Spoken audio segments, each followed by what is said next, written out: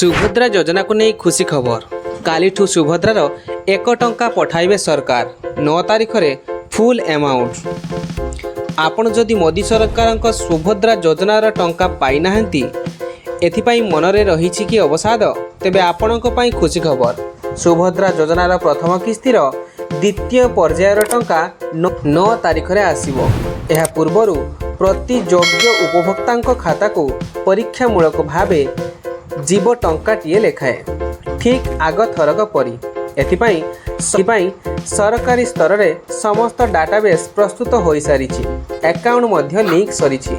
तेबे account link जांच पाई आसंता कालीठू समस्त बाकी पड़िଥିବା योग्य हिताधिकारी खाता को 1 टंका लेखाएं पठाजिवो। महिला और शिशु विकास तरफरु एही पदक्षेप निया जाइछि। सोमवार और मंगलवार 2 दिन परीक्षा चलिबो। बुधवार विधिबद्ध भावे दिया जीव सुभद्रार टंका। एथिपाई बुधवार बारिपदारे एक मेगा इवेंटर आयोजन करा जाइछि। मुख्यमंत्री एही कार्यक्रम रे उपस्थित रही गोटिए सुइज रे सबु बाकी अकाउंट को टंका पठाइबे। प्रथम किस्तिर द्वितीय पर्याय रे मोट 40 लाख हिताधिकारी खाता को जीव टंका।